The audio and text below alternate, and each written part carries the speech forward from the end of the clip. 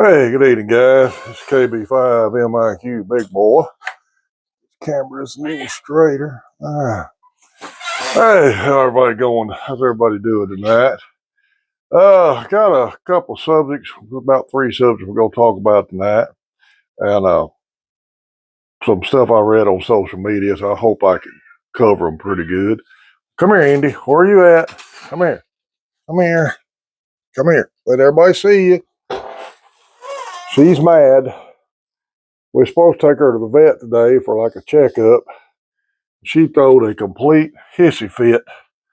And I told Pam, she's too old to get that stressed out. So we did not make her go to the vet today. She had a fit this morning. All right, guys, we're going to talk about a couple of subjects I read about in another statement we go on today. So let's go with this first. I'm in Texas talking to someone in Colorado on 20 meters. I'm using an FT 991 and an end-fed half wave 100 watts. I could hear him, but he said I was way down in noise, couldn't really hear me. What am I doing wrong? Well, first off, you might not be doing anything wrong. Okay. Uh, this thing, yep, working. Might not be doing a thing wrong. Now, this is my take on antennas on HF. Now, I know a lot of these fancier YouTubers are going to pull out computer models and different analyzers and give you all these different take on it. I did not even have my first tuner till 2006. Didn't have my first nano VNA till after I started this channel, and never have had an analyzer. So I've had to really just use the formula and cut my antennas to match. So there's so many variables there, it's hard to even answer that question. Personally, I'm not a big fan of the end-fed half-wave antenna. Not saying anything against you using it. It's just I'm just not a big fan of it. But here is one way to check your antenna and kind of get a feel for it, because when you're working a DX station and they say you're down in the weeds, it could be anything. You could have a problem, or it could be propagation, or it could be some high noise level at his end. Things that you have no control over. So let me just tell you, here's what I do, or my group does. I've never made a point in this channel to tell you exactly what I think you need to do. I give you suggestions. Our group, 10-meter group, we all stay on 10 meters ground wave. Farthest one away from us as a crow flies probably 25 miles. Okay, Cat. But we do a lot of antenna experimenting. And when you got somebody, say, within 15 to 20 miles, and you want to check an antenna that you put up, ground wave is a good way to check it. All right. They can hear your audio. You're putting out signal, putting out how much power you're putting out, how big a signal you got, if you're overdriving your radio, or if it's not working. It's a good way to troubleshoot. Give you for instance, we're trying to troubleshoot an antenna right now for Tim. He just put up one of those diamond half-wave dual bands, and it's got an intermittent problem with it. And we're trying to troubleshoot that. Well, he can hear some of us he can't. Some people can hear him, some can't. But we're going to get it troubleshooted by using that. Same way with ground wave and on HF. Jeff and I figured out a long time ago, even though we were both running G5 RVs and both making lots of DX contacts with them, the G5 RV was not a good ground wave antenna as far apart as we were. So we figured that out. I was same assumption with end-fed half waves, because I tried it on ground wave one night and nobody hardly heard me. But I did make DX contacts with mine. So you can't automatically think that just because a station says you're down in the weeds, I can't hear you, that it's automatically, hey, Cat, something on your end. You just can't do that. If your radio's putting out good, you've got a good SWR, you might not be having a problem on your end. What I suggest, study propagation. Get you an ARRL handbook. It don't have to be a new one. Get you a handbook. And if you really got a little bit more technical edge, go ahead and get you an ARRL antenna handbook. The normal ARRL handbook has a lot of antenna info, and it's worded a little more user-friendly for entry-level guys or new hams, whereas the antenna handbook is pretty techy in lots of places. And I've got one, and I've even noticed that. But anyway, just do what you can to check your antenna out. I'll give you a good example of a problem I have with this Yaesu, this 897D. I have an optional add-on meter. And if you go into the menus of the Yaesu radio, I can set the onboard meter on the radio for whatever I want to set it on, modulation, ALC, power, SWR. And I can do the same thing with that auxiliary meter LDG makes. I can have them read two different things. It's normally how I got it set. For some reason, I had accidentally set them both to SWR, hadn't paid no attention to it several years ago, and I was making contacts, but everybody said, "Man, your signal's down. You're way down in the weeds there." I don't think we were doing our ground wave at the time I noticed this. And I said, well, something ain't right here. 10 meters is open. I should have better signal reports than that.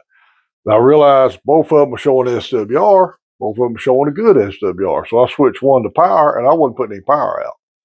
The filters in that radio had gone out. So I was able, by listening to the guy telling me what in the weeds, I found the trouble on my end. Main thing is get your radio and your antenna checked out good and work other stations. If you got a station telling you in the weeds, change frequencies. Go up, find another one.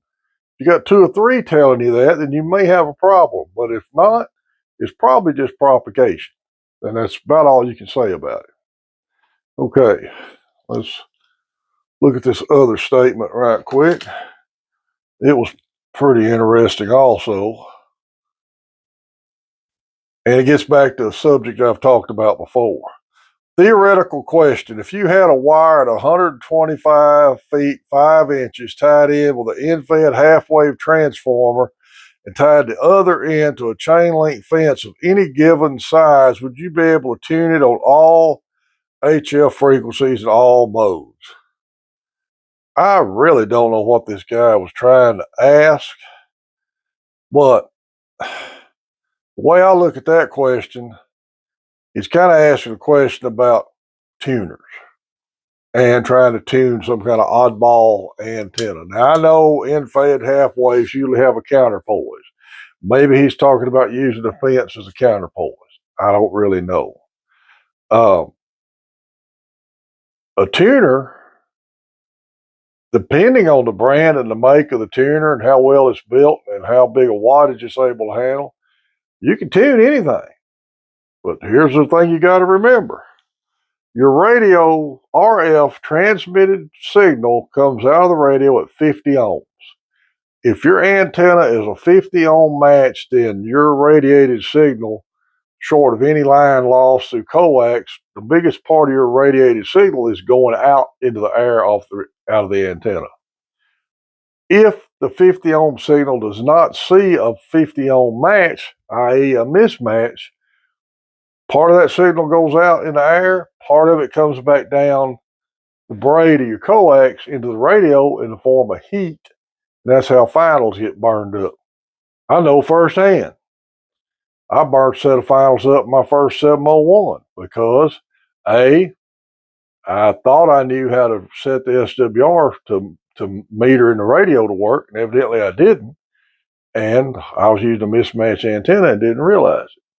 Learned a lot more since then. But that's back in the days when Jeff and myself were doing this on a shoestring budget, and then there was no analyzer stuff back then. So, yeah, you can tune that, and it'll probably load up. Does that make it a good antenna? Not necessarily. Just because you can tune up a set of bed springs, all you're doing is making the radio see a good match so you don't damage the radio. That's all a tuner or matcher does. Okay, you're not improving your antenna one bit. Personally, I've been using two different tuners the last several years, an MFJ and an LDG. I'm not a big fan of tuners. I'd rather have a perfectly cut antenna, but that's not always necessary. And if certain type of antennas, like the G5RV, is made to use with a tuner. I used one with one and made a lot of contacts with it. But think about what you're trying to do. That's where studying propagation and antennas really plays a part in ham radio, because a lot of guys will think, wow, I can tune these bed springs up, make an antenna out of them. Well, you can probably get them to match, but that doesn't make them a good antenna. That's why you really need to study. That's why I constantly tell people this hobby is a continuous learning experience. And that's why I urge you to study through books. Everybody wants to use, the internet for everything now, but it's hard to beat just a good old ARRL handbook. Plus, that handbook will always work when your internet's down. Okay, got one more here. This is more of a be a good radio ambassador post than anything to actually do with radio. I attended an event a couple of weeks ago that was advertised as a preparedness fair. When I was asked if I had a weather radio, I said yes. But then I'm also a ham radio. I have a ham radio with all the WX weather frequencies in it. The reply to me was, "Oh, you're one of those people." I was a little stunned with that comment. Let's strive not to be one of those people who may not understand our hobby.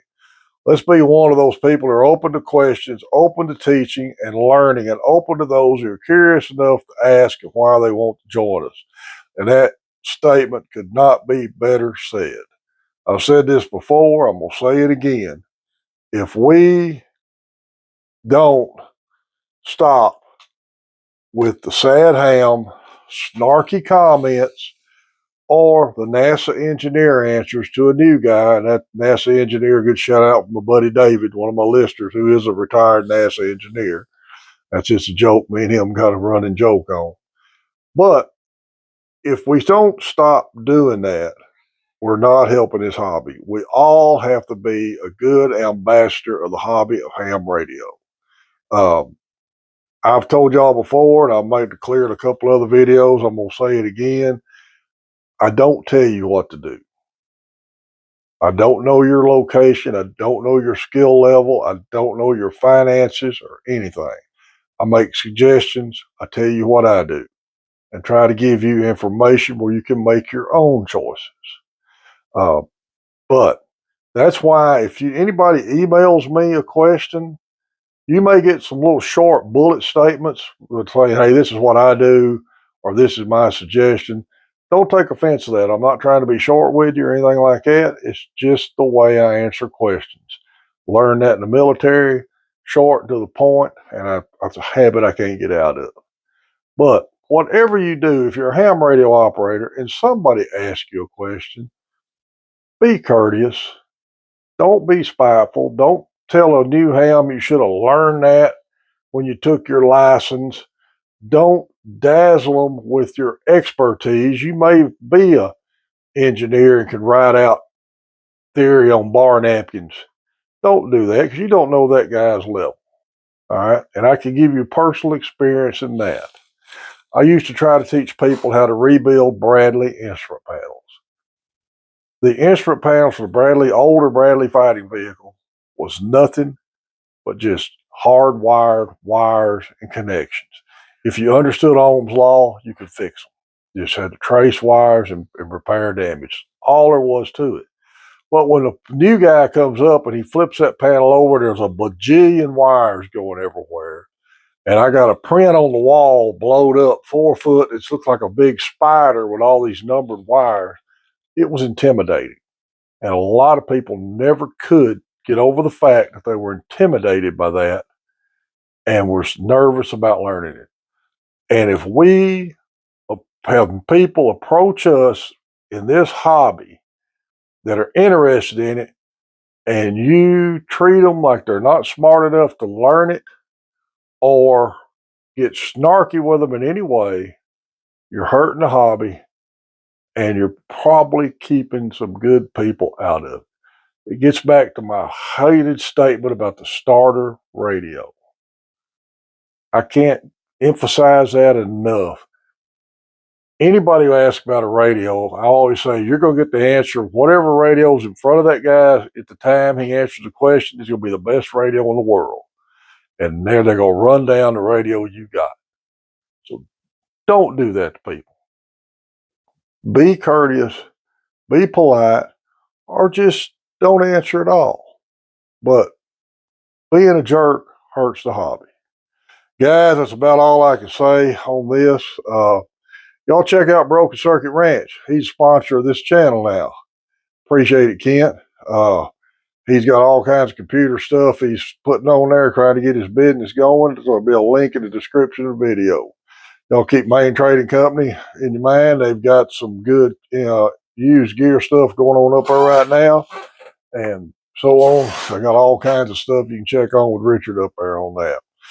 Guys, on a slightly different subject, I just finished an estate sale for my parents' estate. And if you're in the Northeast Texas area and you need a good, honest auctioneer to do an estate sale, shoot me an email. I got a friend of mine, Stringer Auction Company. I guarantee you will treat you right on that. Guys, I think we're at 1,838 subscribers. We're getting closer to that 2,000. We'll do a giveaway. Thanks everybody who subscribed to the channel. This is KB5 MIQ Big Boy 73.